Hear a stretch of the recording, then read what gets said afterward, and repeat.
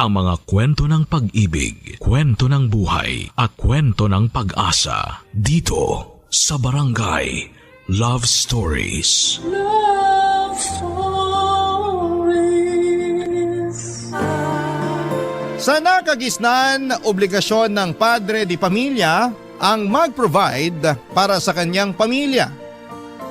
Nakapatong na sa kanyang balikat at pride ang responsibilidad ng lahat ng kasama niya sa bahay. Ikaw ba ang padre di pamilya sa iyong tahanan?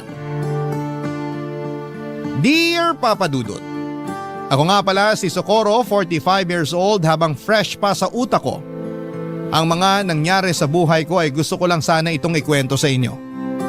Sana maintindihan ninyo ako. Nakipag-live-in ako sa kaedad kong si Willie. Kakasimula pa lang ng relasyon namin at wala pang isang buwan ay nagsama na kaming dalawa. Bit-bit ko sa bahay ni Willie ang 18 anyos kong anak na dalaga na si Jovi. Maswerte akong pumayag si Willie na isama ang anak ko. Hindi lahat ng lalaki gustong magbit-bit ng hindi niya bagahe. Una pa lang na binanggit ko si Jovi kay Willie ay hindi na ako nagkaroon ng problema para mapalapit ang loob ng anak ko sa kanya. Tinanggap niya si Jovi na para bang sarili niyang anak. Single si Willie noong nakilala ko at wala siyang naging asawa, pero nagkaroon siya, Papa Dudut, ng mga karelasyon na mas bata sa kanya. Hindi niya nakasundo ang mga yon dala marahil ng agwat sa edad. Kaya naman minabuti niyang doon na lamang sa kaedad niya sumubok. Ako ang nagkataon na napadpad sa kanyang daan habang naghahanap ng kaparehas. Maswerte akong masasabi, Papa Dudut, na napadaan siya sa landas ko. Dahil noong time na yon ay hindi ko na alam ang ginagawa ko sa buhay. Ang dati kong asawa at tatay ni Jovi ay hiniwalayan ko noong time na sinalba ko ni Willie. Kaibigan ko pa lamang si Willie noon at nasasabihan ko siya ng problema ko sa dati kong asawa. Kay Willie ako madalas umiiyak na para bang siya ang matalik kong kaibigan. Siguro'y doon ako na fall sa kanya, Papa Dudut. Ganon din siya sa akin. Doon na rin nagwakas ang pagmamahal at pasensya ko sa dati kong asawa. Dahil kay Willie ay nagkaroon ako ng lakas ng loob para iwanan ang mapang-abuso kong asawa. Inalala ko noong simula si Juvie dahil baka ayaw niyang magkahiwalay kami ng tatay niya. Pero nagulat ako nang ang anak ko na mismo ang nagtulak sa akin para umalis na kami sa poder ng kanyang ama.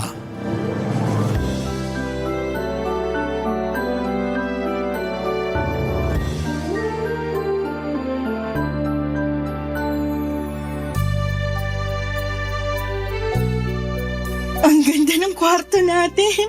At ang presko at ang lambot ng mga unan at kumot. Kanino mo pa sinasabi yan? Nako-conscious na yung unan sa mga papuri mo. Masaya lang talaga ako kasi ibang-iba to sa naging buhay ko sa dating asawa ko. Masanay ka na sa ganitong buhay. Ito nang bagong simulan nyo ni Jovi. Hindi pa rin talaga ako makapaniwala na may sasaklolo sa akin mula sa asawa ko. Akala ko, habang buhay na akong makukulong at mabubulok sa piling niya. Nadidinig talaga ng Diyos ang dasal natin. Kaya nga abot langit ang pasasalamat ko sa Diyos dahil hinugot niya ako palayo sa asawa ko. Mabuti na lang talaga. Mabuti na lang ano? Mabuti na lang at inad mo ako sa Facebook. Kung hindi mo ako kinaibigan. Anong kinaibigan? Itatama ako lang ha. Baka ibig mong sabihin kung hindi kita nilandi. Basta, nagsimula tayo sa friendship. Hindi pa naman ako interesado sa iyo nung una. Ouch naman. Matapos kitang bilhan ng malalambot na unan at kumot, tapos ganyan ang sasabihin mo. Kasi ayoko namang madungisan ang simula natin. Magkaibigan naman talaga tayo nung una. Pero ramdam mo naman na dati pa kita gusto, hindi ba? Ramdam. Pero ayokong isipin masyado kasi mahal ko pa nun yung asawa ko Ouch ulit? Pero ibang kwento na ngayon. Ikaw na yung mahal ko. Sure na ba yan? Kasi baka mamaya bumalik ka sa kanya kapag namimiss mo yung matigas na unan at magaspang na kumot nyo. Naku, hindi na. Matapos mong iparana sa akin tong malalambot na unan at kumot, sino tangang babalik pa ron? Ikaw na rin nagsabi noon, lagi kang bumabalik sa kanya. Kasi naliligaw pa ako noon at syempre, hindi pa kita nakikilala noon. Basta hindi na kayo babalik ni Jovi sa kanya ha? Pangako, babalik kayo sa pagkabata sa sarap kong mag-alaga. Ewan ko ba? Para akong bumabalik sa pagkabata dahil sa'yo. Feeling ko teenager ulit ako. Ganun naman daw pag in love. Nakakabata. Totoo yan.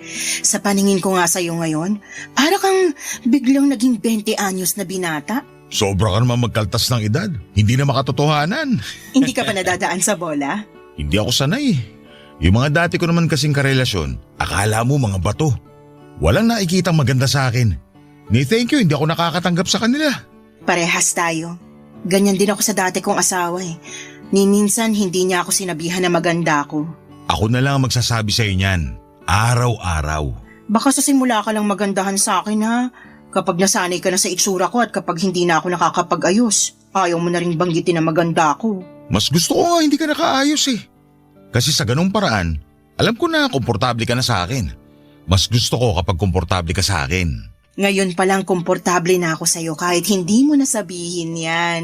Eh di ayos. Kahit ako komportable na ako sa'yo. Ganun ata kapag soulmates. Naniniwala kang soulmates tayo? Naniniwala ako na pinagtagpo tayo. Pinagtagpo kami ni Willie sa mga panahong kailangan namin ang isa't isa. Tamang timing.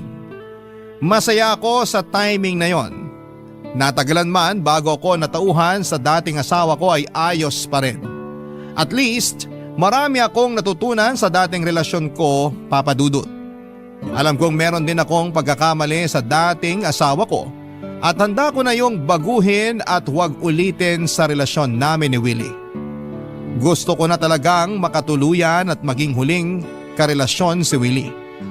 Kaya walang gabi na hindi ko pinagdasal na tibayan ng Diyos ang relasyon namin. Huwag sanang hayaan ng Diyos na umulit kami sa mga naging pagkakamali sa dati naming karelasyon. Alagaan sana kami lagi ng Diyos, lalo na kapag may kinakaharap kaming problemang dalawa. Sa simula pa lang ay naging bibo na si Willie sa pagpapakita ng pagmamahal sa aming mag-ina. Pinagsilbihan kami na akala mo ay siya ang madre di pamilya. Lahat ng kailangan namin kahit ultimo mga luho na pwedeng huwag na lang iabot ay binibigay pa rin niya. Sinabi niyang siya na lamang daw ang bahalang bumawi sa mga pagkukulang ng dati kong asawa sa aming mag-ina. Kailangan daw naming maramdaman na kamahal kami. Sa ganong paraan ay mas magiging maayos ang pakiramdam namin at maghihilom na ang mga sugat namin.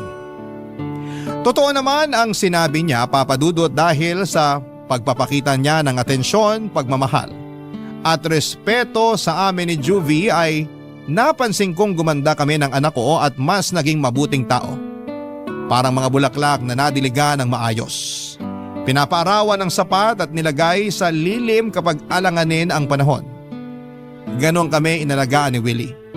Kaya naman namukadkad ang kagandahan namin ng anak kong si Jovie, Papa Dudut.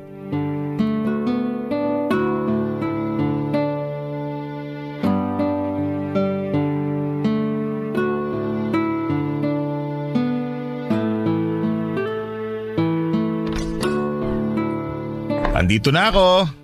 Hello, Tito Willie. Ang aga mo umuwi ah. Di ba sabi mo gagabihin ka? Namiss kita eh. Ayaw mo ba? Naku, sa harapan ko pa talaga naglandian. Tumigil ka riyan, Jovi. Magsaing ka na muna sa kusina para makakain na tayo. Mamaya ka na magsaing, Jovi. Tignan niyo muna itong mga pinamili ko sa inyo. May pasalubong na naman. Thank you talaga, Universe. At na-t-shirt ni Mama si Tito Willie. Naka-jackpot. Kakabili mo lang ng mga pasalubong sa amin nung Lunes ah. Meron na naman ulit? Si Mama parang nauumay na sa regalo ni Tito. Samantalang dati nagre-reklamo kay Papa kasi kahit candy hindi mabilhan. Oo nga. Tapos kayo na binubusog na sa regalo. Ikaw talaga, Socorro, hirap mo ispilingin eh. Pag ikaw binalik ng tadhana sa asawa mo, sige ka. Nakakahiya kasi. Panay ang bili mo ng gamit namin hindi naman namin gaano kailangan. Uy, wag mo akong idamay dyan, Ma. Ako kailangan ko ng gamit, lalo magpapasok ka na sa school. Tito, wag kang makinig kay Mama ha. Nahihilo lang yan. Naasikaso mo na pala enrollment mo, Jovi? May kailangan bang bayaran? Sabihan mo ako kagad para makapag-withdraw ko. Mag-e-enroll pa lang ako next week, Tito. Kasabay ko yung friend ko. Thank you po sa pag-ako ng tuition fee ko, ha? Nag-promise ako sa inyo ng mama mo na ako nang bahala sa inyo. Hindi maganda sa pride ko kung hindi ko tutuparin yun. Ilang beses mo nang natupad. Hindi na siguro mamasamain ang pride mo kung magpapaawad ka na sa kakabili ng gamit para sa amin ni Jovi. Tito, kung ano man ang sinasabi ni Mama sa iyo ngayon, hindi ako agree ron, ha? Magkaiba kami ng prinsipyo. Hoy Jovi, hindi kita tinuruan para maging gahaman ha. Si Mama naman, nagjo-joke lang, di ba? Ang hirap mo namang pasayahin. Huwag na kayong magtalong dalawa. Gusto ko talaga itong nagbibigay ng regalo sa inyo. Ewan ko ba? Parang ang sarap sa pakiramdam na nakakapagbigay ako sa inyo. Uy, si Tito. Love language ang giving gifts. Isa kang malaking bilog na sugar daddy, tumatalbog-talbog. Sugar daddy ng mama mo na ayaw naman maging sugar baby ko. Palag ng palag no? Sige, pagtulungan nyo na naman akong dalawa. Kasi naman lagi mo kinukontra ang pagpapakita ko sa inyo ng pagmamahal. Lagi ko namang nakikita yon. Lagi kong nararamdaman. Hindi mo na kailangang bonggahan ng mga regalo. Baka mamaya masanay kami. Eh di masanay lang kayo. Wala naman akong balak itigil to eh. Tito, anong gift ko ngayon? Hindi ko alam kung magugustuhan mo tong pantalon na binili ko.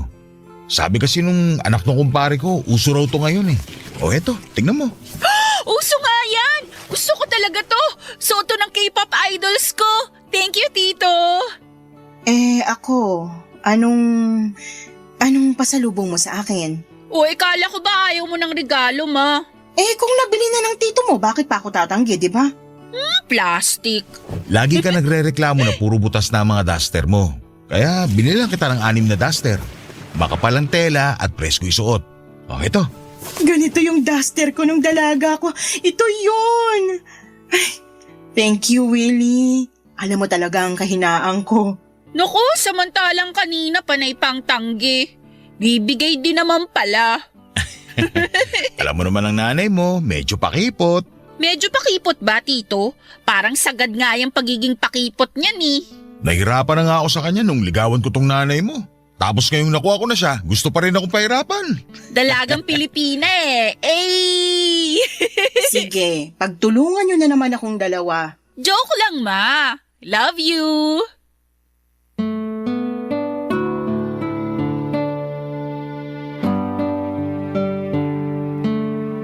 Para akong nagkaroong muli ng panibagong pamilya. Para kaming isang buong pamilya nina Jovi at Willie. Hindi ko ito naramdaman noon sa dati kong asawa. Parang kami lang ni Jovi ang pamilya. Akala ko ay hindi ko na mararanasan ang mga bagay na ito. Pero heto at pinatunayan sa akin ng Diyos na posible pala ang mga pangarap ko. Tinupad ni Willie ang pangarap kong pamilya. Habang pinagmamasdan ko nga silang dalawa ni Jovi na nagkwekwentuhan tungkol sa mga pasalubong ni Willie, ay napapangiti na lamang ako. Halos hindi ko na matanggal ang ngiti sa labi ko. Sino ba namang hindi sasaya kapag makita mong magkasama at nasa isang bahay ang mga mahal mo sa buhay? Panay ang dasal ko na sana'y hindi na matapos ang kasiyahang ito. Alam kong hindi naman ako bibiguin ng Diyos dahil matagal din akong naghirap bago ko sinukuha ng sitwasyon na matagal na niyang gustong alisan. Araw-araw ay lagi akong binibigyan ng rason ni Willie para mahulog sa kanya. May oras na parang natatakot na ako dahil masyado ng malalim ang nararamdaman kong pagmamahal para sa kanya. Baka kasi biglang magbago siya o makahanap ng iba. Ganon ba talaga yon? Kapag galing ka sa maling tao at napunta sa tama ay lagi kang matatakot sa tuwing makakaramdam ka ng saya. Kasi ganoon minsan papadudot ang nararamdaman ko. Sinasabi ko ang worries ko kay Willie at lagi niya lamang akong niyayakap at hinahalikan. Patuloy niyang pinaparamdam sa akin na hindi ko na kailangang mamuhay sa nakaraan dahil kasama ko na siya sa kasalukuyan. At sa kasalukuyan ay payapa na ang lahat kasama siya. Naniwala ako sa kanya, Papa Dudut. Nagtiwala ako sa kanya ng sobra. Barangay Love Stories. Barangay Love Stories. Sa mga unang buwan ng pagsasama namin ni Willie ay nasanay na ako sa mga binibigay niyang regalo. Lagi siyang nagpapalit ng mga gamit sa bahay kahit na hindi naman sira. Basta makita niyang may bago at mas magandang gamit online ay bumibili kaagad siya. Napagsabihan ko na siya noon na maghinay-hinay sa pagbili lalo na kung hindi naman nagagamit sa araw-araw pero mapilit siya. Hindi ko naman na siya nilabanan pa dahil pera naman niya ang ginagastos. Sino ba naman ako para pigilan siya sa paggamit niya ng pera, hindi ba? Kung yun naman ang nagpapasaya sa kanya at nagbibigay sa kanya ng dahilan para lalong magsipag para kumita ng pera, ay sino ba naman ako para pigilan siya? Kaya lang makalipas pa ang ilang buwan ay napansin kong hindi na siya gaanong bumibili ng kahit na anong gamit o regalo para sa bahay at para sa aming mag-ina.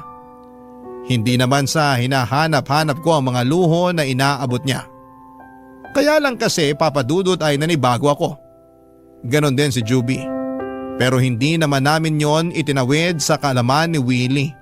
Baka masaktan at ma-misinterpret niya ang pagtatanong namin. Sinabihan ko si Jovi na huwag magbabanggit at sasabihin ng diretsahan kay Willie ang tungkol sa paghinto nito sa pagbibigay ng luho sa amin. Meron naman na kaming sapat na luho na ibinibigay niya noon. Hindi na kailangan maghangad pa ng sobra. Kaya lang may nangyari nitong nakaraan para tuluyang sumabog si Willie. Hindi ko yon inasahan, Papa Dudut. Isang gabi ay umuwi siya ng late, ako na lamang ang gising sa bahay at nakatulog na si Jovi dahil maaga pa ang pasok niya kinabukasan. Hindi ako late matulog pero nagawa kong maghintay kay Willie dahil nababahala na ako sa dalas ng pag-uwi niya ng late, Papa Dudut.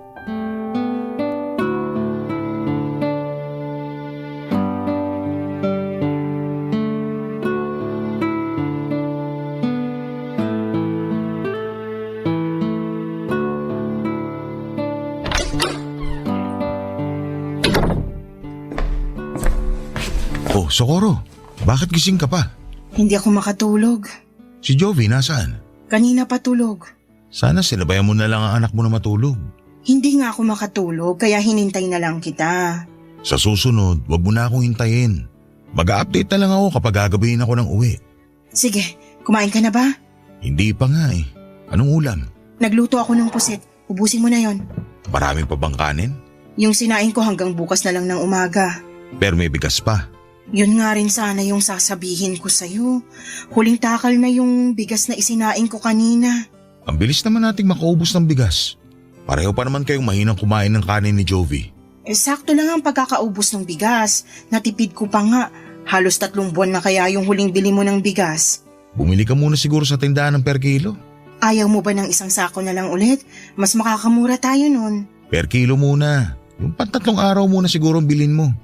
Yung pinakamura na rin. Hindi naman ako maselan sa bigas. Sige. Papapain ko na lang yung pusit. Hindi na ako magkakanin. Para umabot hanggang tanghalian yung natitirang kanin. Ay hindi. Kumain ka ng kanin. Ikaw tong mahilig sa kanin eh. Hindi naman nag-aalmusal madalas si Jovi. Ako naman, sapat na yung kape.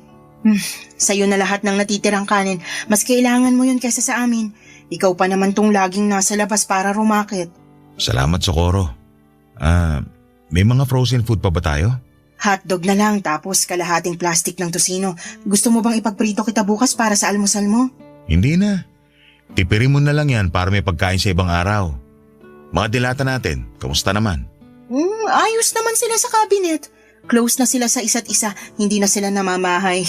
Pansamantala, dilata muna ang ulam natin. Lalo na kapag wala naman ako.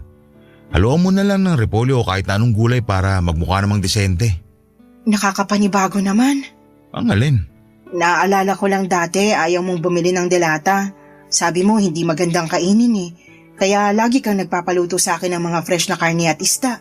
Tapos madalas gusto mo magpa-deliver na lang tayo ng pagkain. Napilit lang kitang bumili ng delata para kung sakaling magkaroon ng emergency meron tayong mabubuksan.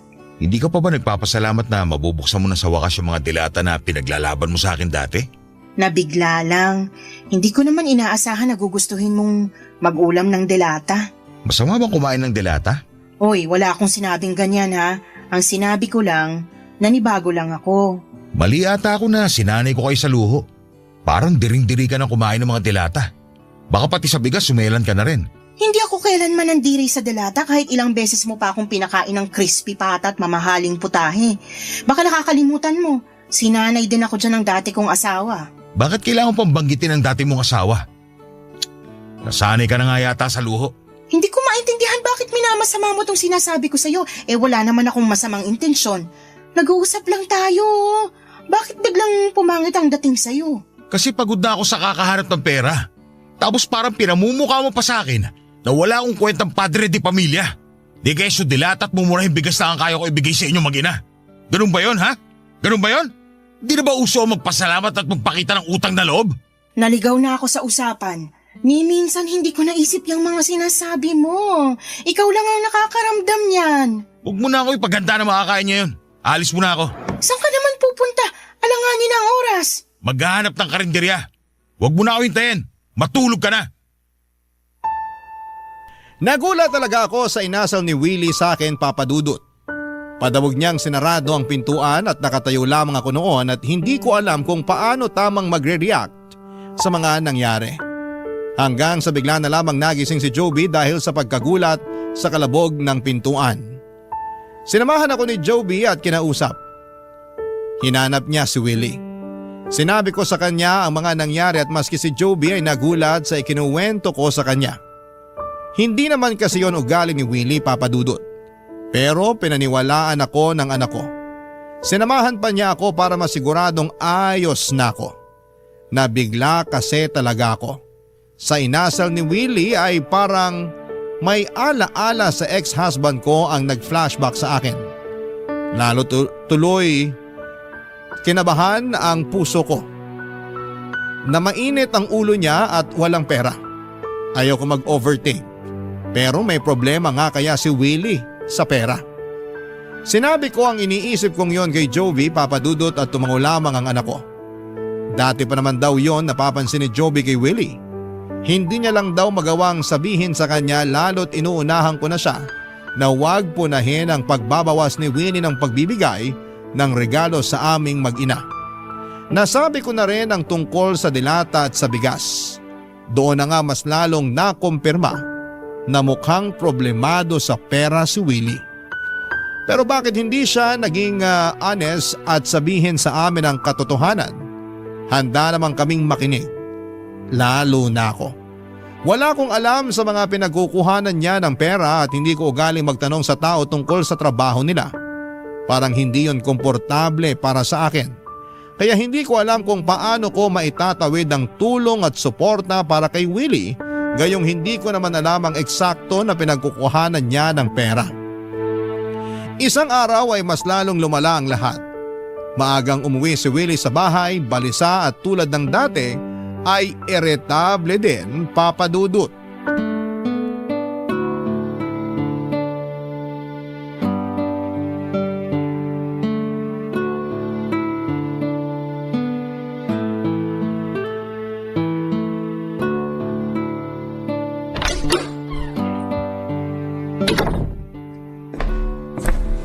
Socorro. Ang aga mo yatang umuwi. Kumain ka na? Wala akong gana. Alis din ako kagad.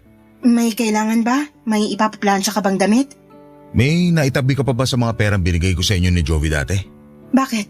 Sumagot ka na lang. Sumagot ka rin. Bakit kailangan ko sumagot? Kasi nagtatanong din ako. Pera ko naman yung binigay ko sa'yo. Sa inyong mag-ina. Sumbat ba yan? Kasi naman ang simple lang ng tanong ko, hindi pa magawang sagutin ng maayos. Maski naman ako maayos din ang tanong ko. Oo, alam ko pera mo yun at inabot mo sa akin. May karapatan ka ron. Yun naman pala eh. Nasaan na yung pera? Naitabi ko, wag kang mag-alala. Nabawasan ko pero pinangbili ko naman ang kailangan natin dito sa bahay. Asa na nga yung natira? Dali na! Gusto pa ng pahirapan eh. Willie, may problema ba? Wala magiging problema ko, ibibigay mo na lang sa akin yung pera ko. Alam ko pera mo yon. Pero sa pagkakatanda ko, sinabi mo na pera ko na yon. Ayaw mo ibalik sa akin yung pinaghirapan ko? Handa kong ibalik sa'yo kung sasabihin mo muna sa akin kung saan mo gagamitin yun. Bakit kailangan mo malaman? Bigyan mo rin naman ako ng karapatan na malaman bilang may bahay mo. Ipandadagdag ko sana pambili ng mga regalo ko sa inyo ni Jovi. Malapit na ang Pasko. Nasanay pa naman kayong laging nireregaluhan. Nakakahiya naman kung hindi ko kayo bibigyan. Hindi na namin kailangan ng regalo. Gagamitin ko sana yung pera na yon para ipambili ng pagkain at ibang kailangan dito sa bahay. Mas importante yon. Hiningi mo ang dahilan ko kung bakit ko kinukuha sa iyo yung pera tapos tatablahin mo rin naman pala. Bakit nagtanong ka pa? Bakit pa ang init ng ulo mo? Ano bang nangyayari sa'yo? Kasi ginagawa mo komplikado ang lahat. Ikaw lang tong nagpapakomplikado ng lahat, Willie. Ano bang nangyayari talaga? Hindi ka naman dati ganyan ah. Pati rin naman ikaw. Hindi ka rin naman ganyan dati. Ngayon pala sagot ka na kahit wala sa lugar. Nasa lugar ang mga sagot ko. Baka ikaw. Ganyan ba isusubat mo sa akin? Matapos ko kayong iaon ng anak ko sa hirap? Matapos ko kayong tulungan makatakas sa dating asawa mo? Sino ba sa atin ngayon ang nanunumbat? Ibigay mo sa akin ang pera ko. Pero anong gagamitin nating pambili ng pagkain? Isang buwan ka nang hindi nag-aabot para sa mga kailangan dito sa bahay. Intindihin mo naman ako kung kailangan kong tipirin yun para may makain tayo. Dodoblihin ko ang ibibigay ko sa iyo sa susunod. Ibalik mo lang muna sa akin ang pera. Kailangan ko talaga. Baka pwedeng kahit 1K lang ang ibigay ko sa'yo. Konti na lang din ang natitira sa akin eh. Baka maubusan tayo kapag binigay ko sa'yo lahat. Masyado kang nega, kaya walang nangyayari sa buhay mo. Bakit ganyan ka magsalita? Kasi ayaw pa ibigay sa akin ang pera ko. Akin na! Hindi sa'yo yun! Hindi talaga ako makapaniwala sa inasta sa akin ni Willie, Papa Dudut. Nanlaki ang mga mata niya habang nakatitig sa akin at tila kinukumbinse akong sumunod na lamang sa gusto niya. Hindi ako nagpatinag. Nilabanan ko ang mga titig niya at hindi ko kayang ibigay sa kanya ang lahat ng naipon kong pera. Alam kong galing yon sa kanya, pero hindi maganda ang kutob ko sa pagdadalhan niya ng perang yon. Lalong hindi maganda ang kutob ko na maibabalik pa sa akin kahit kalahati noon. Pero wala ko nagawa nang tadyakan niya ang mesa sa sala. Binasag niya ang vase na nakatapon sa gilid ng sofa. Nagulat ako. Hindi naman niya ako sinaktan pero natakot ako sa mga ginawa niya.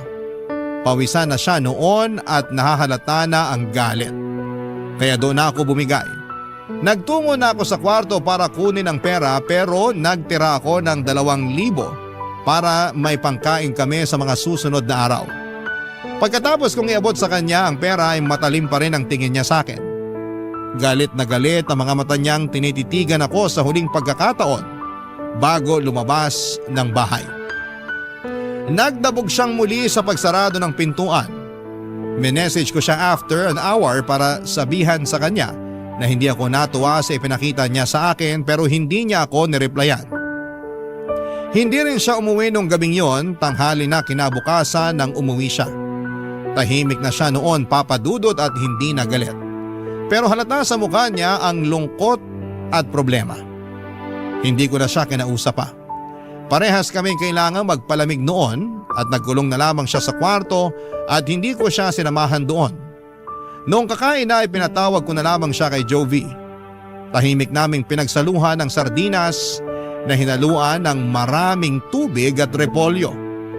Hindi pa rin niya ako inimik at hindi rin niya inabot ang perang pinangakong ibabalik niya sa akin. Hindi ko naman na yon inaasahan pang ibabalik niya. Nakakasama lang ng loob na hindi siya, Papa Dudut, marunong tumupad sa mga pangako niya. Barangay Love Stories. Barangay Love Stories. Hindi na nga binalik sa akin ni Willie ang perang kinuha niya.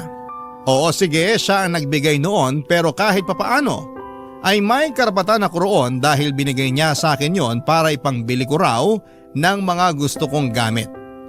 Hindi ko nga lang ginawa yon dahil mas gusto kong ilagay yon sa ipon ko.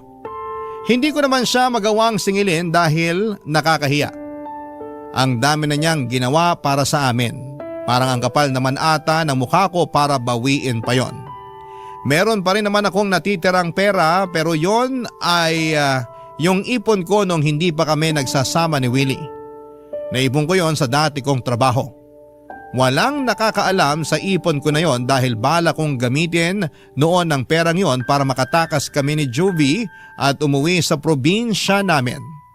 Kaya lang ay nakilala ko nga itong si Willie. Nagbago lahat ng plano. Naitago ko na lang tuloy ang ipon na yon, Papa Dudut. Pinilit ako ni Willie na umalis na sa trabaho ko noon at ayoko pa sana dahil gusto kong meron akong sariling pera. Pero nakiusap siya na umalis na ako para full-time akong mag-asikaso sa kanya at sa bahay. Kinumbinsi rin niya ako na hindi ko naman na raw kailangang magtrabaho dahil siya na ang bahala sa lahat ng gastusin. Hindi raw ako gagastos kahit na isang sachet ng mumurahing shampoo. Naniwala ako. Nakumbinsi ako. Yon ang isang malaking pagkakamali ko dahil wala pang isang taon ay nagbago na ang lahat. Ultimo, pagbili ng isang sachet ng mumurahing shampoo ay hindi na magawang ibigay sa akin ni Willie. Lagi niya akong iniiwasang makausap tuwing nasa bahay siya. Ni tumingin sa akin ay hindi rin niya magawa. Ang masakit pa, bihira na rin siya kung umuwi ng bahay. Wala rin akong alam sa mga ganap sa buhay niya sa labas, Papa Dudut.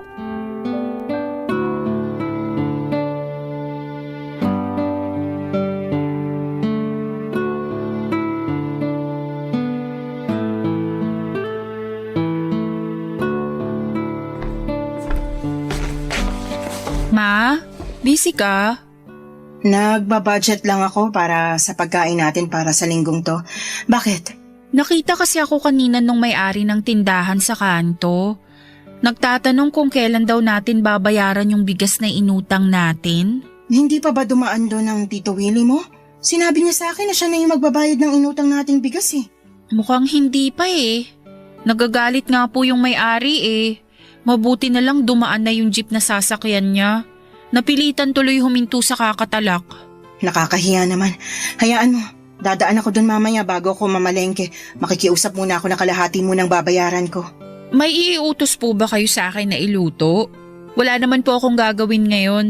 Pakitingnan mo muna sa cabinet kung meron pang natirang sardinas. Meron pang kalahating repolyo sa ref. Isahog mo bago masira. Dagdagan mo ng tubig para pangbawas ng alat ha. Tsaka dagdag sabaw din. Huli na po yung sardinas na inulam natin kagabi. Sigurado ka ba? Parang may nakita pa ako na isang sardinas. Isang meatloaf na maliit na lang po yun. Kasya na po siguro yun kung tayong dalawa lang ang kakain. Paano naman ang Tito Willie mo kung umuwi siya? Maghahanap yun ng pagkain. Ma, may sasabihin din pala ako. Oh, ano yun? Nawawala po kasi yung naipon kong pera na itinago ko sa ilalim ng kama ko. Ha? Hindi akong kumuha ah. Tignan mong mabuti, baka na-misplace mo lang o kaya nahulog kung saan. Halos baliktarin ko na po yung buong kwarto pero wala talaga eh. May pagkaburara ka pa naman. Andyan lang yan. Wala namang ibang taong bumibisita rito. May hinala po ako. Ha? Hinala? Si Tito Willie po. Ay Jovi, wag ganyan. Wag kang mambibintang ha. Eh kasi naman ma, nung naligo ako nung isang araw tapos pagpasok ko ng kwarto ko, andun siya. Hindi naman siya pumapasok sa kwarto ko kahit kailan.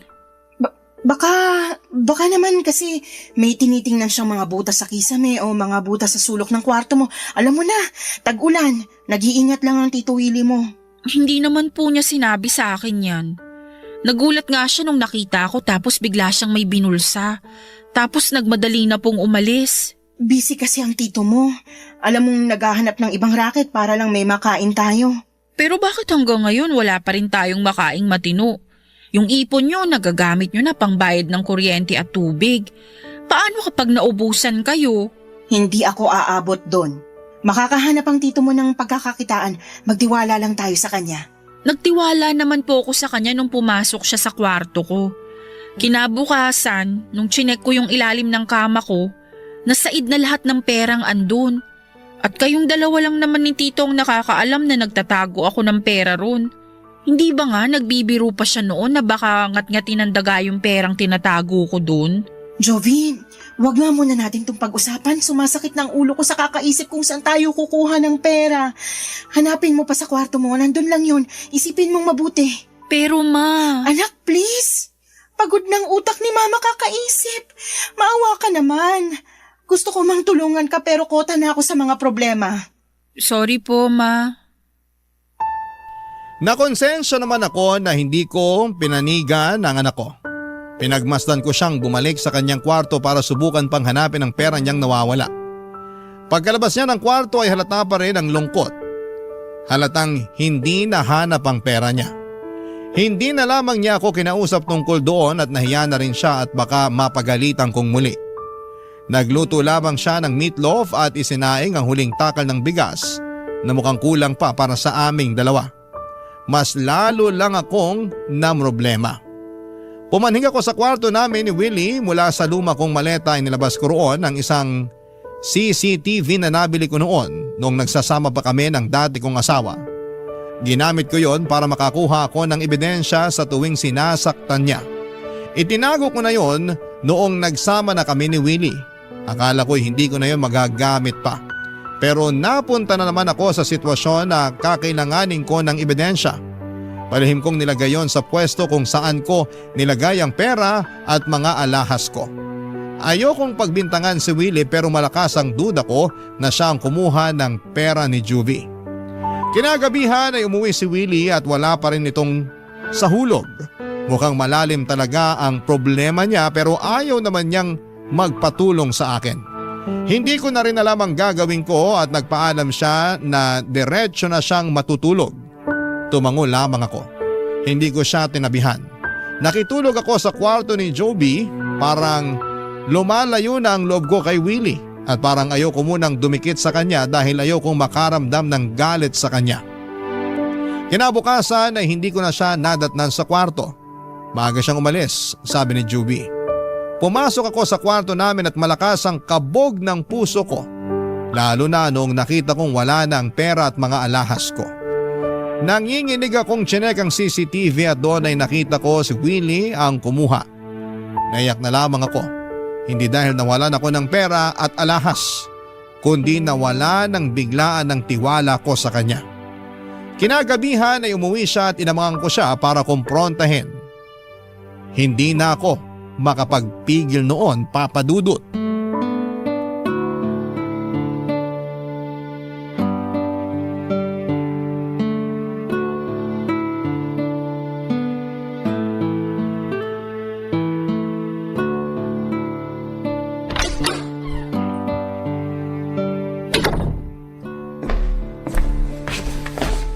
Bakit gising ka pa?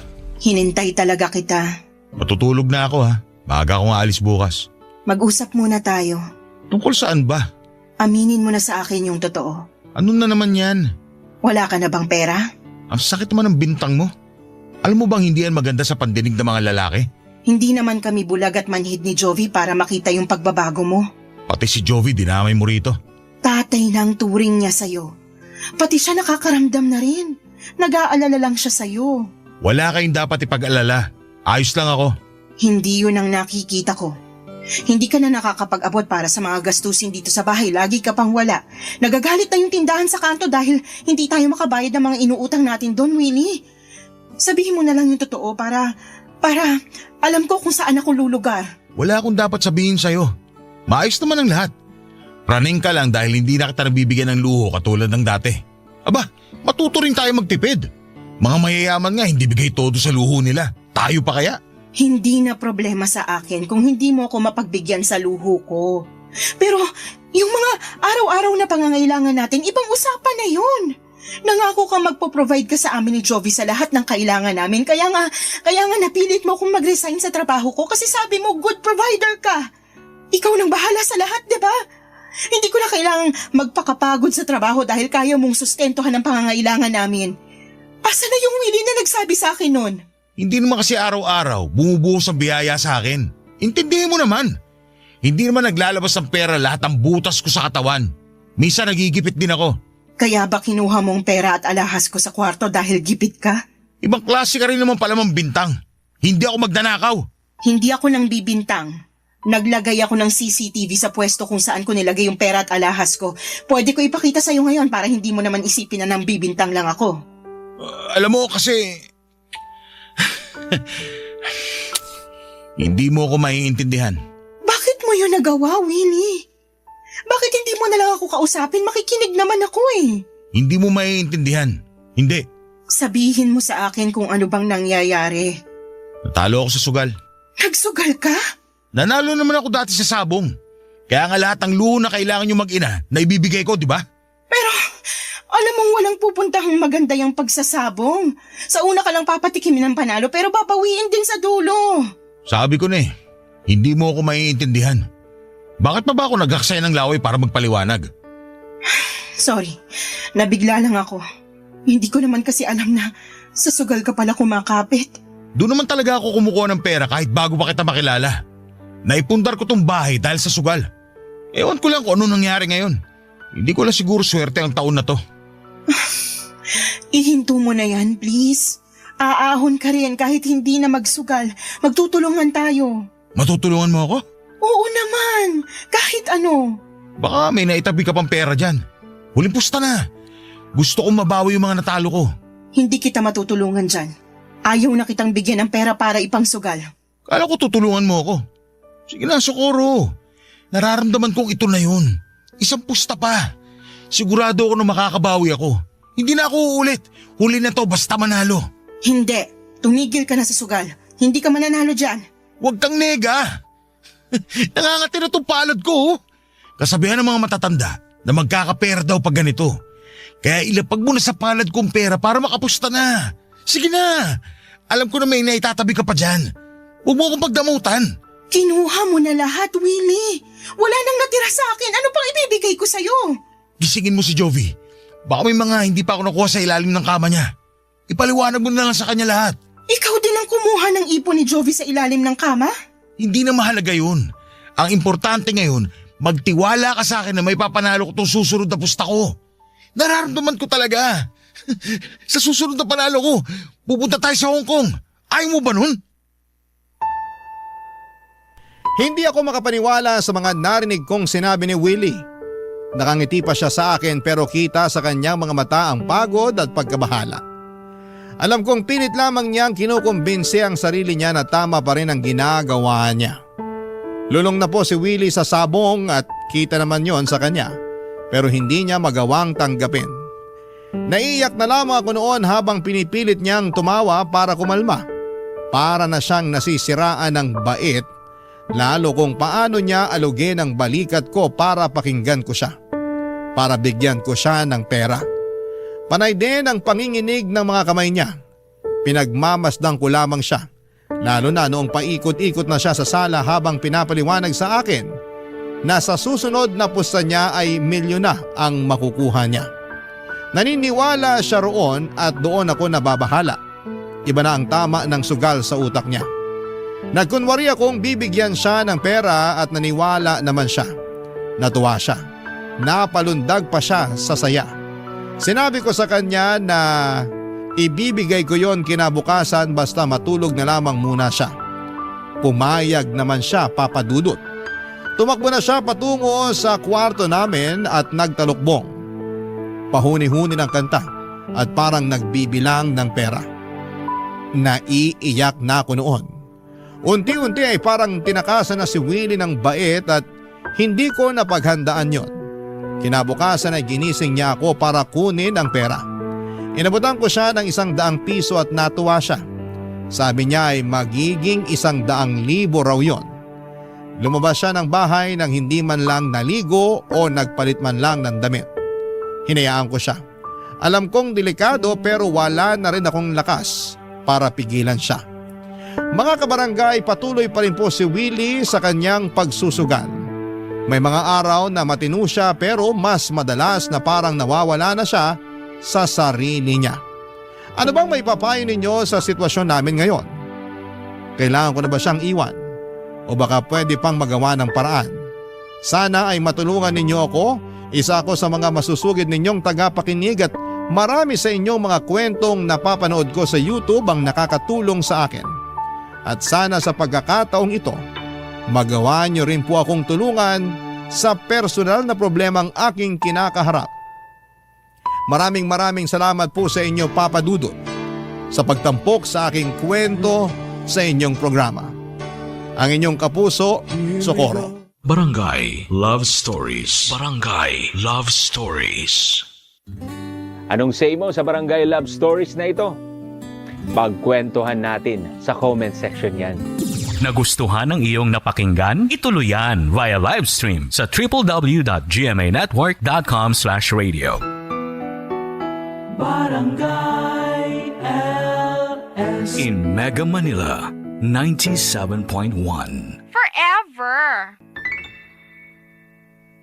Ang mga kwento ng pag-ibig, kwento ng buhay, at kwento ng pag-asa dito sa Barangay Love Stories. Love Stories.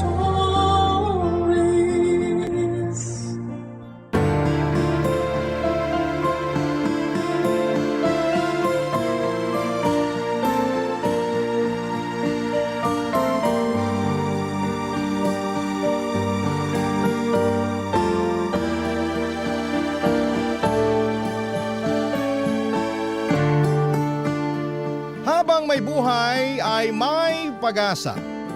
Pero hindi rin naman mawawala ang pagsubok, kaya importante na magtulungan ng magkapareha upang malagpasan nila ang mga bagay na yon. Ikaw, kabarangay, handa ka bang tulungan ang iyong kinakasama? Dear Papa Dudut, naranasan nyo na bang masapawan? Ako kasi oo. At yun ang pinakaayaw pakiramdam sa mundo. Ewan ko, pero para sa akin lamang talaga para sa akin lamang lamang na lamang talaga ako sa taong sumasapaw sa akin. Kaya naman ang kapal ng mukha niya na iparamdam sa akin ang bagay na yon. Yun din ang dahilan kung bakit napasulot po ako sa programa ninyong Barangay Love Stories. Kung hindi ninyo kasi may tatanong ay mahilig talaga ako makinig po sa radyo. At isang araw ay napadpad ako sa inyong istasyon. Simula noon ay palagi na ako nakikinig ng Barangay Love Stories ni Papa Dudut via online. Tapos ay nakita ko ang inyong email address kaya hindi na ako nagdalawang isip na sumulat sa inyo.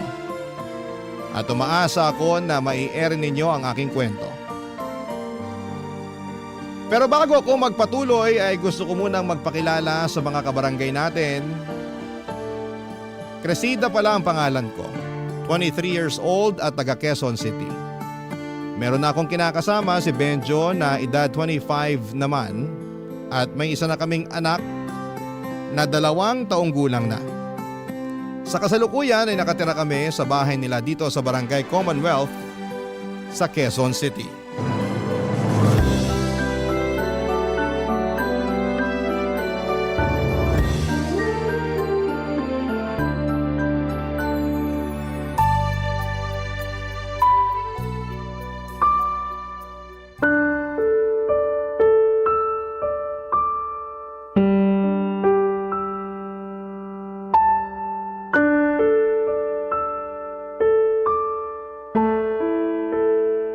Bebe, ano to? Alin? Itong nasa cellphone. Malay ko sa'yo. Malalaman ko kung sasabihin mo. Nakita ko lang naman na sandamukal na picture ng mga gwapo at machong lalaki yung pinupusuan mo. Yung iba sa kanila di ko pa kilala. Bakit? Kailangan ba kilala mo para pusuan ko? Hindi naman. Pero malay ko ba kung sino yung lalaking yun? Mamaya, sikat pala siya sa ibang website tapos… Pwede ba? Ginaya mo naman ako sa'yo? Ha? Anong ginawa ko? Tanong-tanong ka pa sa ating dalawa. Ikaw nga yung mahilig manood ng ganun. Ibahin mo ako. Hindi ako ganong klase ng babae. Normal lang naman sa aming mga lalaki yung mahilig manood ng ganun ah. Pero hindi ko pinupusuan yung mga babaeng napapanood ko dun kasi loyal ako sa'yo. Ikaw lang, sapat na. Ew, kadiri ka. Anong kadiri dun? Basta kadiri ka. Huwag mo na ulit-uulitin yun ah. Ang corny kasi. Parang eng-eng naman to. May nalalaman ka pang corny pero noon kilig na kilig ka kapag bumabanat ako sa'yo.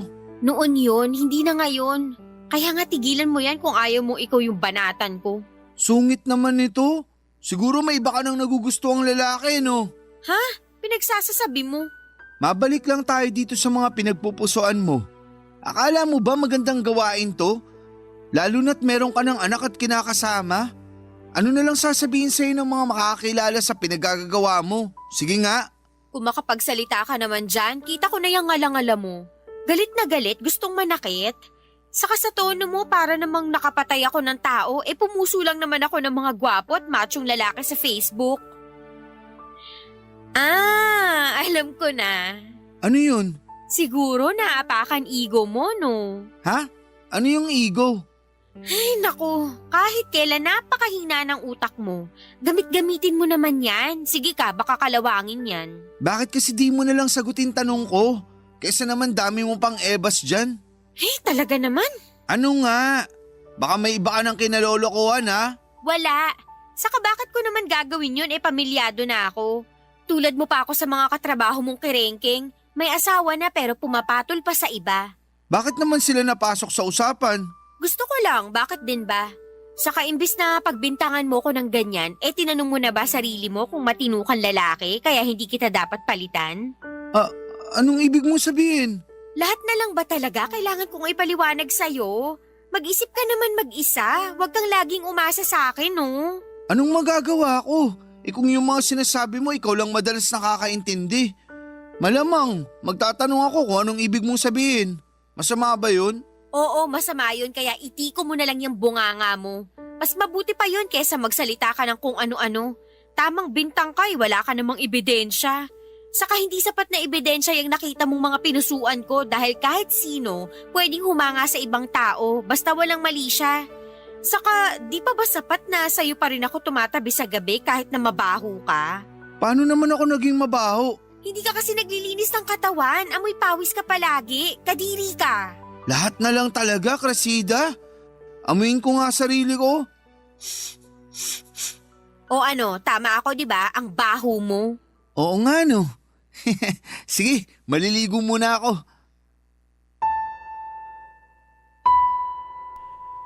Papadudot, inis na inis ako sa kinakasama ko dahil sa pambibintang niya sa akin.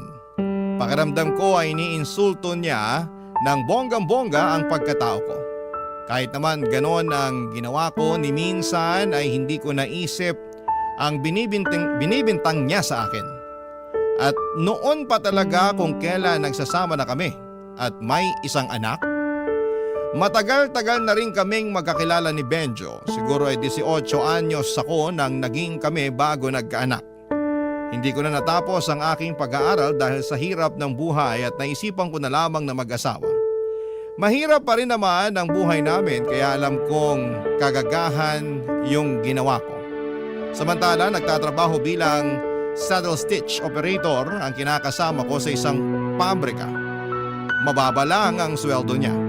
Sapat lang palagi sa pangangailangan namin kaya nga wala kaming ipon at kadalasan ay nagigipit pa. Yun din ang rason kung bakit nakikisiksik pa rin kami sa kanila. Sa tagal naming magkakilala at magkasintahan ni Benjo, aminado ako na dumarating sa akin yung pananawa at pagkaumay sa aming relasyon. Kaya nagagawa kong tumingin at humanga sa ibang lalaki online. Pero hindi ko naman kahit kailan sinubukang pagtaksilan ng tatay ng anak ko. Maliban na lamang siguro noong mga panahong yon kung saan ay unti-unting lumaki ang pagkakagusto ko sa isang hindi inaasahang lalaki. Lahat ng yon ay kinuwento ko sa kaibigan at dati kong kaklaseng si Almarie Papadudut.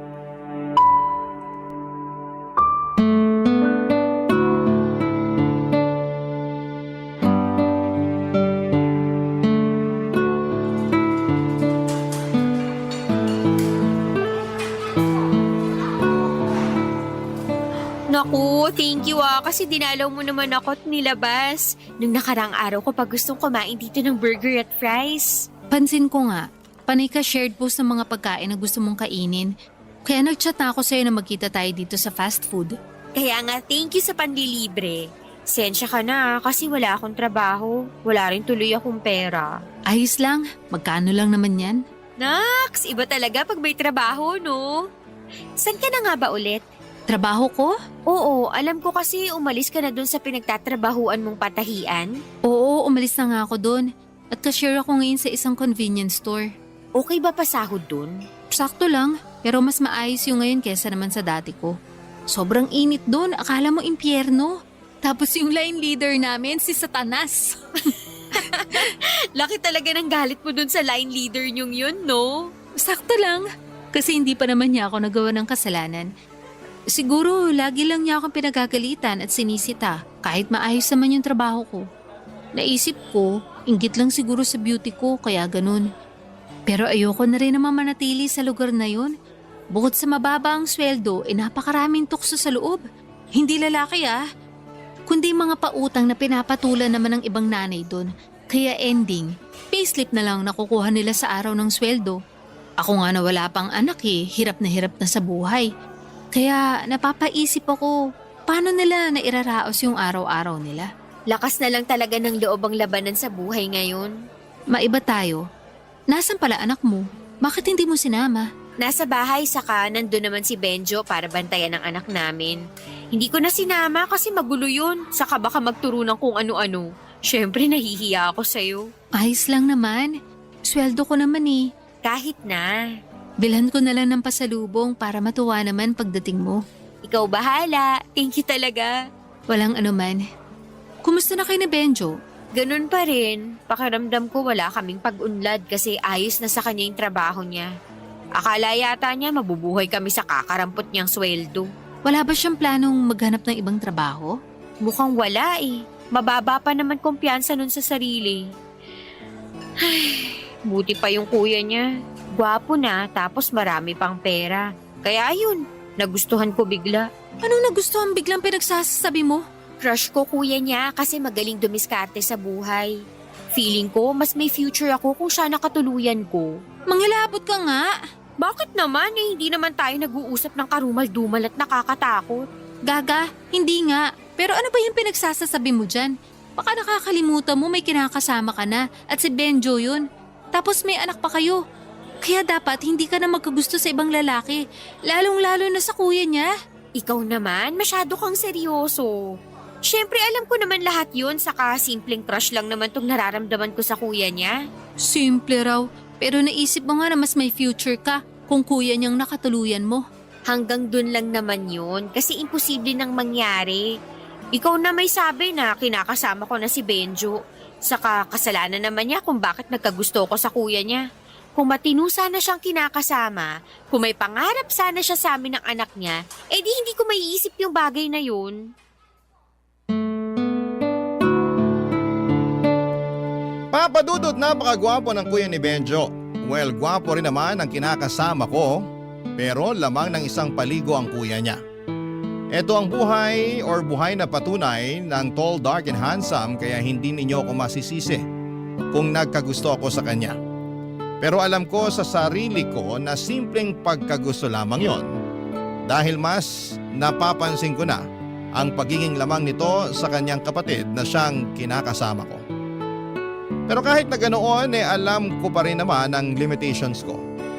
Alam ko na tatay pa rin ang anak ko si Benjo at kahit na anuman ang mangyari. Kahit mag-away pa kami araw-araw at maaburido ako sa pagmumukha niya, ay siya pa rin ang dapat kong piliin. Kaya nga sa abot ng makakaya ko ay sinaway ko ang aking puso na mahulog ng husto at ma-fall in love sa kuya ni Benjo upang hindi na lumala pa ang aming sitwasyon. Barangay Love Stories. Barangay Love Stories. Papadudot, gaya ng sinabi ko ay pinigilan kong lumalim ang pagkagusto ko sa kuya ng aking kinakasama. Nandun yung todo iwas ako sa kanya dahil likas dito yung mahilig makipagkwentuhan. Kumpara kay Benjo at nagtatrabaho sa call center ang kuya niya at inggit na inggit ako sa sweldo nito dahil mas malaki kesa sa kinakasama ko. Ilang beses ko na rin sinabihan si Benjo na subukang mag-ahente pero ayaw niya kasi hindi raw siya magaling mag-English at mas sanay na siya sa ginagawa niya bilang machine operator. Siyempre sinabihan at tinanong ko siya kung paano kami makakapag-ipon pambukod namin sa bahay kung hindi niya lalakihan ang sweldo niya pero mukhang walang pangarap na makaalis sa poder ng mga magulang nila ang kinakasama ko. Simula po noon ay tinamad na ako kay Benjo at mas lalong natuon ang atensyon ko sa kuya niya. Kung noon ay iniiwasan ko pa ito, ay bigla na lang todo sip-sip ako sa kanya. Paanong hindi nakakahiram ako ng pera sa kuya niya kapag nagigipit ang pamilya namin ni Benjo, Papa Dudut.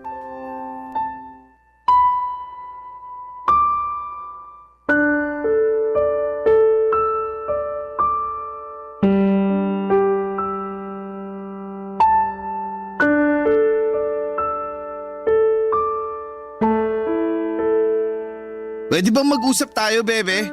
Mag-uusap tungkol saan? Saka bakit ganyan tono mo? Tinawag mo pa akong bebe kung galit ka naman. Paanong di ako magagalit?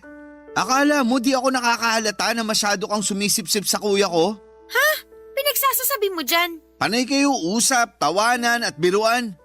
Mas kinukumusta mo pa nga siya kaysa sa akin na kinakasama at tatay ng anak mo. Akala mo di ko napapansin, no? Pwes, diyan ka nagkakamali. Oh, masama bang kausapin, makipagtawanan at makipagbiroan sa kuya mo? Baka nakakalimutan mong nakatira tayo sa iisang bubong. Natural, magkukrus ang landas namin. Alangan namang di ko siya kausapin, di ba? Gusto mo pa yata kaming gawa ng issue? Hindi naman sa ganun, pero… Sabihin mo, masyado kang malisyoso. Hindi ako malisyoso. Anong tawag mo dyan sa mga pinagsasasabi mo kung hindi mali siya, Aber? Malisyoso ka. Binibigyan mo ng kulay yung pag-uusap at pagtatawanan namin ang dahil lang sa ano ulit yon? Hindi kita makamusta ka mo? Oo, tsaka totoo naman yun. Hindi yun totoo. Masyado ka lang madrama. Alam mo, napipiko na ako sa kaartehan mo eh. Kung makapagsalita ka dyan, akala mo hindi mo kapatid yung pinag-uusapan dito. Anong tawag dun? Hirap sa'yo, di ka makalata eh. Magkakaganito ba ako kung di ako nagsiselos? Wow, ngayon naman may nalalaman ka ng pagsiselos. Tama talaga ako na masyado ka lang malisyoso kasi wala namang rason para magselos ka. Anong magagawa ko? Sa'yo yung nararamdaman ko. Ikaw naman kasi, kasalanan mo. Bakit bigla ako naging kasalanan? Sige nga. Sinabi ko na, di ba? Masyado kayong close. Hindi ako sanay. Sinabi ko na rin naman na kuya mo yun. Magselos ka ako sa ibang lalaki, ako makipag-close. Ayun, sige, papayagan kitang mag-alboroto na parang bulkan. Baka nga ako pa humingi ng dispensa sa'yo, pero utang na loob naman. Benjo, kuya mo yun. Ay, sensya na. Hindi ko lang talaga mapigilan. Pakiramdam ko kasi may ginagawa kayo nakakaiba pag wala ako rito sa bahay o kung nakatalikod ako. Naririnig mo ba yung mga pinagsasasabi mo? Oo naman. Palagay mo sa akin, bingi. Hindi, pero buti na rin yung nagkakaintindihan tayo kasi napakasira ulo mo. Bakit naman ako biglang naging siraulo? Tanong-tanong ka pa talaga, bakit nga ba? Sige, ikaw sumagot. Bebe naman eh. Huwag mo ko mabebe-bebe, naiirita ako sa pagbumuka mo. Akala ko naman kung anong sasabihin mo tapos ikaw pa galit nung niyaya mo ako makipag-usap. Alam mo, sumusobra ka na eh. Nung nakaraang araw mo pa ako pinagbibintangang may ibang lalaki dahil lang sa mga picture na pinupusuan ko sa Facebook. Tapos ngayon bibigyan mo ng kulay yung pagiging close namin ng kuya mo? Mahiya ka nga sa kulay ng balat mo, uy. Bakit naman ako mahihiya? Basta, isipin mo, gamitin mo yung utak mo para naman hindi ka lawangin. Kayamot ka talaga, Benjo. Ay, paano ko narinig ng kuya mo yung mga pinagsasasabi mo, Aber? Ano na lang iisipin nun? Hindi ka na talaga nahiya? Dami-dami na nating pabor sa kanya tapos gaganyanin mo pa siya? Hindi ko naman sinasadya. Siguro napangunahan lang ako ng init ng ulo tsaka selos. Init ng ulo sa kapagsiselos mo na wala sa lugar yung magdadala sa atin sa kapahamakan eh. Imbis na magselos ka o magalit dyan, bakit hindi mo na lang kaya gayahin yung kuya mo? Dumiskarte ka sa buhay katulad niya para naman hindi na natin kailangan humiram ng pera sa kanya sa tuwing nagigipit tayo.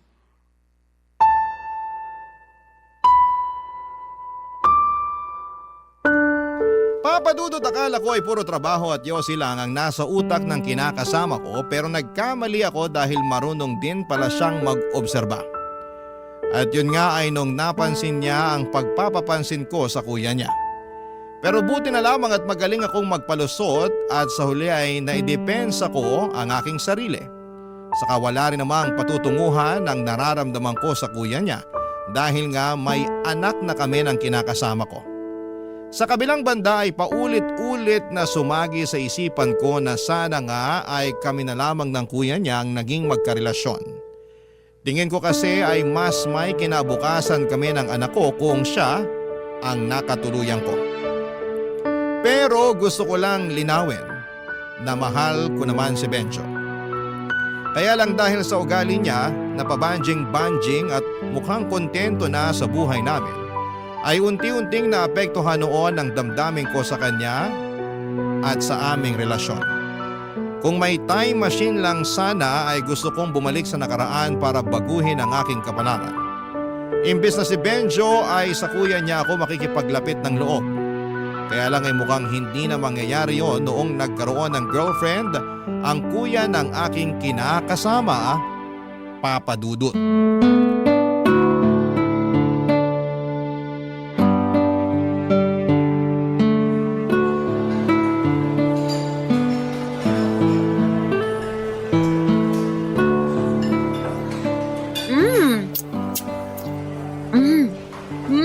Grabe! Sobrang sarap naman talaga nitong fried chicken at spaghetti nila. Paresan mo pa ng malamig na pineapple juice, solve na solve ang cravings ko. Hinay-hinay lang. Baka mabulunan ka eh. Sensya na, hindi pa kasi ako nanananghalian kaya gutom na gutom ako. Buti na lang talaga niyaya mo ulit ako na makipagkita sa'yo at thank you sa libre mo. Walang anuman. Pero bakit hindi ka pa nanananghalian? 3:00 na ng hapon oh. Bad trip ako eh. Kaya nawalan ako ng gana kumain sa bahay kanina. May nangyari ba? Huhulaan ko. Nag-away kayo ni Benjo. Sakto, rest day niya ngayon, di ba? Kasi linggo. Oo, kaya nga sa kanya ko ulit iniwan anak namin pero hindi kami nag-away. Bakit ka nga kasi na bad trip tapos nawalan ka pa ng ganang kumain? Sinong di mawawala ng gana? Sinama at pinakilala lang naman ng kuya ni Benjo yung girlfriend niya. OMG! May girlfriend na pala siya? Oo. Lahat nga kami nagulat kasi wala kaming alam na may nililigawan na pala siyang babae. Hindi man lang niya nabanggit o nakwento man lang kaya gulat na gulat talaga kami nung pinakilala niya sa amin kanina. Ayun, masayang masaya naman sila, maliban sa akin. Alam ko kung bakit. Bakit? Syempre, may gusto ko na dun sa tao. Tapos, ang sakit nung bigla na lang siya nagka-girlfriend. Oo, tama ka. Apektado buong sistema ko kaya nawalan ako ng gana kanina at nagsuka pa ako sa CR. For real? Oo. Pero hindi ka naman buntis. Gaga, hindi. Naka-IUD ako, no? Ayaw ko pa magbuntis ulit. Buti naman. Hirap mag-anak sa panahon ngayon, no? Kaya nga sinabi ko kay Benjo na wag niya akong tatangkaing buntisin dahil mananagot siya sa akin. Di naman sa ayaw ko na magka-baby. Pero sa hirap ng buhay tapos mahina pa dumiskarte kinakasama ko, wag na talaga munang mag-anak. Correct. Pero grabe namang epekto sa'yo nung revelation ng kuya ni Benjo para magsuka ka pa. Oo nga Saka hindi ko rin kasi inaasahan kaya, ayun, bumaligtad sikmura ko. Kumusta naman si girl? Yung girlfriend? Maganda ba? Hindi, pangit. Sobra ka naman sa pangit. Totoo naman Maputi lang pero mas maganda pa rin ako sa kanya. Siguro nga mas maganda ka sa kanya. Pero siya pa rin yung pinili ng kuya ni Benjo. Talo ka pa rin. Ewan ko ba? Totoo yata yung kasabihan na love is blind. Eyes can be blind. But heart can see ang peg ng love story nila. Pwede ba? Wag mo na nga ipagdiinan. Lalo ako nayayamot OA mo naman. May kinakasama ka na at anak, di ba? Gets ko na ma-hurt ka ng konti at magulat. Pero hindi na yung sobra-sobrang maapektuhan ka. Dapat kung may mararamdaman ka, ituwa. Kasi sa wakas, nagka-girlfriend na yung kuya ng kinakasama mo. Nakwento mo sa akin na wala ka mong nakarelasyon nyo ng ilang taon matapos lokohin ng ex, di ba? Oo, pero hindi pa rin ako natutuwa. Alam ko naman na hindi ako dapat maapektuhan ng husto. Pero ewan ko ba kung bakit ako nasasaktan at naiinis? Nasasaktan kasi nga may iba na siyang kinagigiliwang babae. At inis ako dun sa girlfriend niya dahil inagaw niya yung atensyon sa akin ng kuya ni Benjo. Kung bakit kasi bigla-bigla siyang umiiksena? Papa Dudut, hindi ko alam na may korsonada na palang babae ang kuya ni Benjo kaya nga gulat na gulat ako nung isang araw ay pumunta ito sa bahay kasama niya upang ipakilala sa amin. Ni hindi pa naman ako nakapagsuklay ng buhok o nakapagsuot ng panloob kaya nagkumahog pa akong pumasok sa magulo at maliit naming kwarto ni Benjo para ayusin ang aking sarili. Hindi nagtagal ay lagi nang sinasama ng kuya ni Benjo ang girlfriend niya sa bahay namin para tumambay. At kapag hindi niya ito sinasama sa bahay, ay kung saang magagandang lugar pasyalan at kainan niya ito dinadala. Papadudot lahat ng yon ay nakikita ko sa Facebook na pinopost ng kuya ni Benjo. Kaya naman inggit na inggit ako sa girlfriend niya. Sana kasi ako yon at hindi ang pangit na babaeng yon, Papa Dudut. Barangay Love Stories. Barangay Love Stories. Papa Dudut, sa araw-araw na lang na ginawa ng Diyos. Lagi kong napapansin na nasasapawan na ako ng girlfriend ng kuya ni Benjo. Kahit na wala naman siyang ginagawa sa akin. Nakikipagplastikan lamang ako upang pakisamahan siya, pero sa totoo lang ay sorang-sora na ako sa pagmumukha niya. Oo, mabuti lang siya at makinis ang balat palibase di aircon ang pinagtatrabahuang opisina, pero ako pa rin ang mas maganda sa aming dalawa. Ako pa rin ang mas may kwentang kausap kesa sa kanya na puro lang cellphone. Ako pa rin ang mas masarap magluto sa amin, samantalang siya ay walang alam kundi ang kumain. Di na katakataka na lumobo ang katawan niya, pero sa kabila ng lahat ay gustong-gusto pa rin siya ng kuya ng kinakasama ko. Ewan ko ba. Pero sobrang naiinis ako sa sitwasyon na yon, kahit na alam ko sa sarili ko na wala naman akong dahilan para mainis. Hindi nagtagal ay lalo pang nadagdagan ng inis ko noong nalaman naming nag-propose na sa babaeng yon ng kuya ni Benjo. Napamura talaga ako nang wala sa oras at napaiyak na lamang sa CR pagkatapos. Hindi ko pa kasi tanggap na may girlfriend na siya, tapos ay biglang ikakasal na sila. Lalo lang tuloy nadagdagan ang pagkainggit ko sa babaeng yon, dahil feeling niya ay siya na ang pinakamagandang babae sa balat ng lupa, matapos siyang yayain ang kasal ng kuya ng kinakasama ko.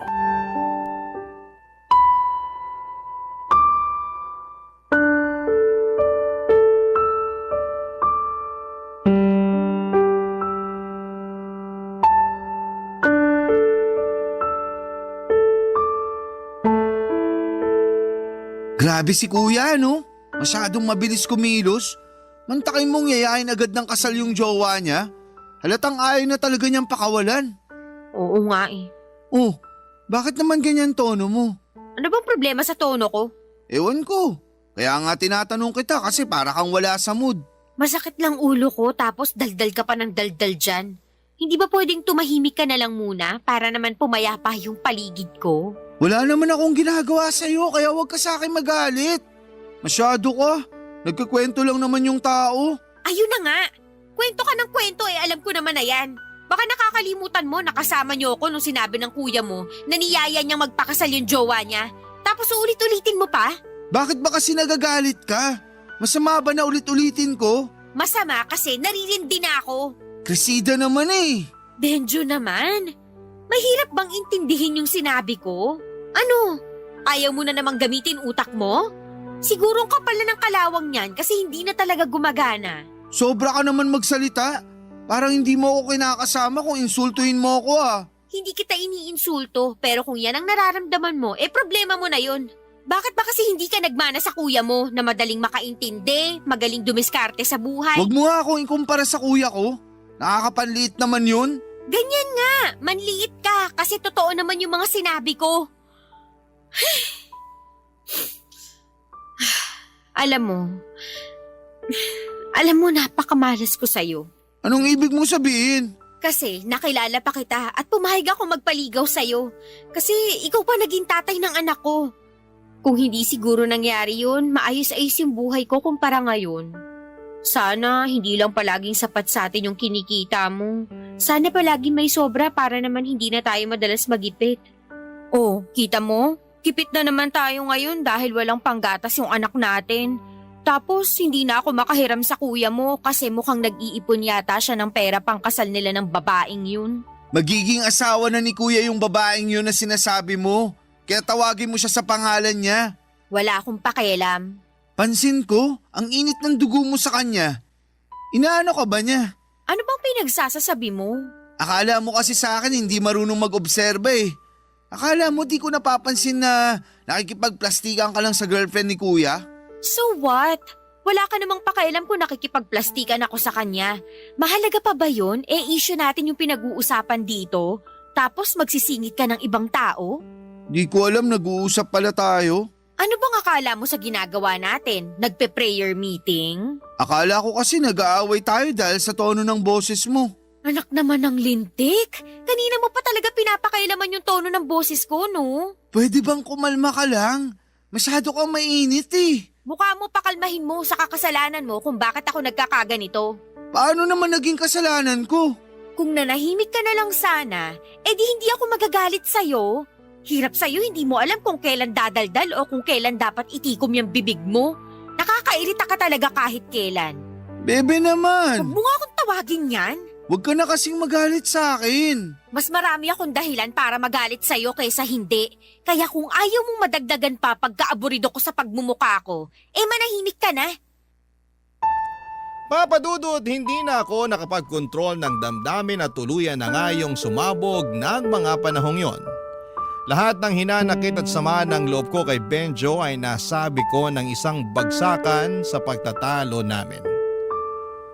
Sobrang bigat kasi sa kalooban, nadalhin na mag-isa ang mga problema ng aming pamilya na hindi naman niya nakikita o napapansin. Maling-mali yata talaga na siya ang pinili kong pakisamahan kaya nga araw-araw sa pagising at pagtulog ko ay nagsisisi ako ng husto, Papa Dudut. At dahil gusto kong pangatawanan ng sama ng loob ko kay Benjo ay nag-alsa balutan ako. At binitbit ang aming anak ng araw na yon. Umuwi kami sa maliit na inuupahang kwarto ng nanay ko kasama ang aking stepfather at 5 nilang maliliit na anak. Wala namang magawa si nanay noong pinagsiksikan ko ang aming sarili ng anak ko sa bahay nila. Pero isang araw pa lamang ang nakakalipas ay hirap na ako. Mabuti na lamang at dinalaw ako doon ni Almarie kaya meron akong napagkwentuhan na mga pinagdaraanan ko, Papa Dudut.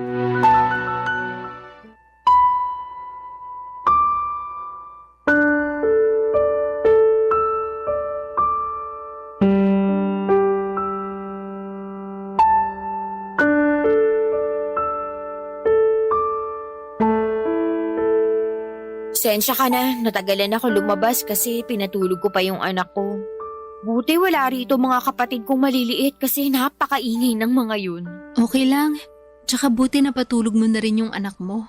Oo, iyak ng iyak bago ka dumating kasi nga inaantok. Ay, sensya ka na rin, dito lang tayo pumwesto sa may labas ng pinto. Sobrang kalat at baho kasi ng bahay nila nanay, nakakahiya magpatuloy ng bisita. Di bale, malimlim naman sa kamahangin dito. Ano ka ba? Walang kaso sa akin yun. Salamat nga pala kasi pinuntahan mo kami rito. Oo naman. Naloka ako nung sinabi mong umalis kayo ng anak mo kina Benjo at dito kayo tumuloy kina nanay mo. Kaya nga, pero maling-mali na dito kami umuwi kasi mas mahirap pa doon kina Benjo yung sitwasyon namin ng anak ko rito. Sobrang liit ng bahay nila, maingay, mainit, makalat at mabaho. Nasusuka na nga ako eh. Bakit pa kasi umalis kayo dun? May pinag-awayan ba kayo ni Benjo? Meron, pero nakikipagbati na nga siya matapos niyang mag-sorry. Kaya lang, ganun na lang ba yun? Magsusorry tapos walang pagbabago? Nakakaumay na. Kaya sinabi ko na hindi ko na matatanggap yung sorry niya. Ayun, nag-alsa balutan kami ng anak ko at umuwi rito kay nanay. Pero alam mo naman siguro na hindi kayo pwede magstay dito na matagal, di ba? Oo, ngayon pa nga lang, hirap na ako. Kung ano man yung pinag-awayan nyo ni Benjo, payo ko ayusin nyo. Pag-usapan nyo lalo may anak kayo. Plano ko naman talaga siyang patawarin. Kaso gusto ko lang ma-realize niya na napupuno at nasasagad din ako. Alam mo naman issue namin, di ba? Yung tungkol pa rin sa pagiging kontento niya sa buhay namin tapos nadadagdagan pa ng ibang problema sa pera dahil hindi na rin kami nakakahiram sa kuya niya. Wala eh, kinausap na kami na nagtitipid daw siya gawa ng ikakasal na.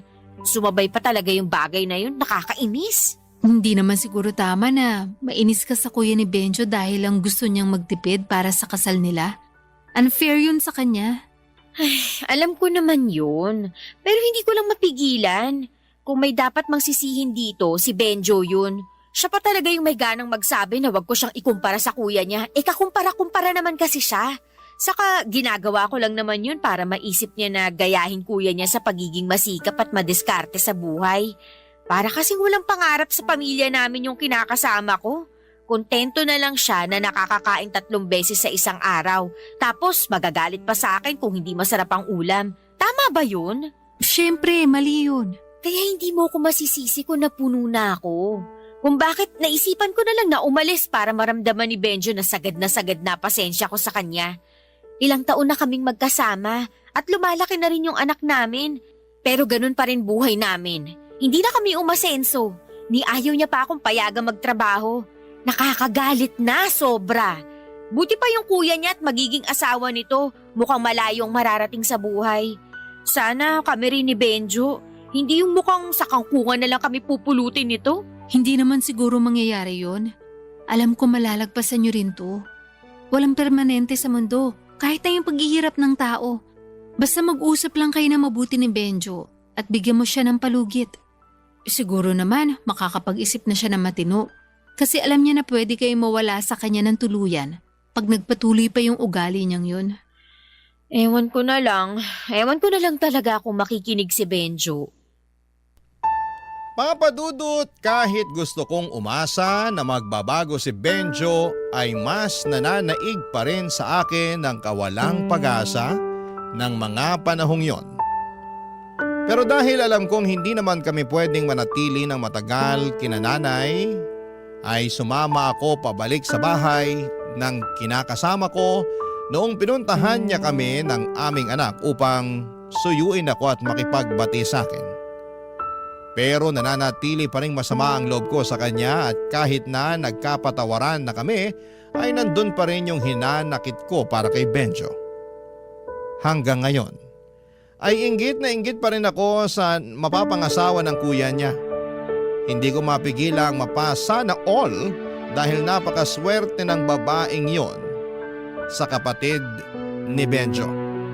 Samantalang ako sinalo ko na yata lahat ng kamalasan sa mundo. Ewan kung may katapusan pa ba ito o sadyang hanggang dito na lamang ang buhay namin ang kinakasama ko. Sana po ay mabigyan ninyo kami ng payo. Ayaw ko namang masira ang pamilya namin ni Benjo kaya babasahin ko na lahat ng mga masasabi ninyong advice. Hanggang dito na lamang po, Papa Dudut, ang sulat ko at sana'y mapayuhan ninyo ako at ng mga kabarangay natin dahil malaking bagay yon sa amin ng kinakasama ko. God bless and more power po sa Barangay Love Stories sa Barangay LS. Number 1 kayo sa puso ko. Ang inyong forever kapuso at kabarangay, Cresida.